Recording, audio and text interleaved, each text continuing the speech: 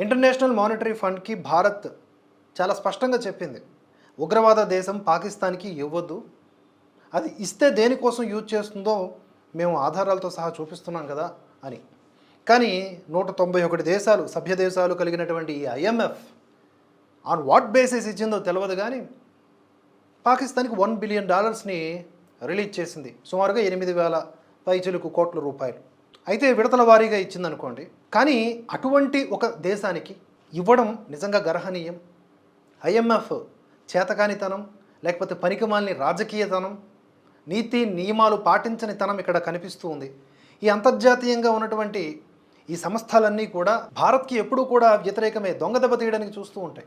మనం ఎదగడం ఇష్టం ఉండదన్నమాట. ఇదే అంశాన్ని ఖండిస్తూ అసదుద్దీన్ ఓవైసీ గారు రెస్పాండ్ అయ్యారు, ఒకసారి చూడండి.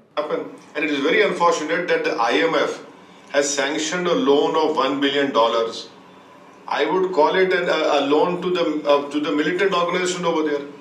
Very unfortunate that the US, Canada and Germany have kept quiet when they know for a fact that it is Pakistan which is promoting, financing terrorism against India. And this money, you mark my words, will never be used to eradicate poverty, to ensure that the polio rates in Pakistan come down. It will never be used for women empowerment in Pakistan of education. This will be used only, it will be used to promote terrorist activities against India. అంతే, చాలా క్లియర్గా చెప్పారు ఆయన. ఈ డబ్బులు కేవలం టెర్రరిజాన్ని పెంచి పోషించుకోవడానికి, మళ్ళీ దాన్ని భారత్ మీదకి వెదజల్లడానికి మాత్రమే పాకిస్తాన్ వాడుకుంటుంది. అక్కడ పోలియో రేటు పెరుగుతుంది, దాన్ని తగ్గించదు. చదువు కోసం వాడదు, మహిళల కోసం వాడదు, దేనికోసం అభివృద్ధి అనే కార్యక్రమాలకి వాడదు. ఆ పేరుతో తీసుకున్న యుఎస్, కెనడా, జర్మనీ ఏం చేస్తున్నాయి? మీటింగ్లో ఉన్నాయి కదా, ఎందుకు ఇవ్వద్దు అని అనలేకపోయాయి? ఈ విషయాలన్నీ తెలుసు కదా అని ఓవైసీ గారు చాలా స్పష్టంగా చెప్పారు.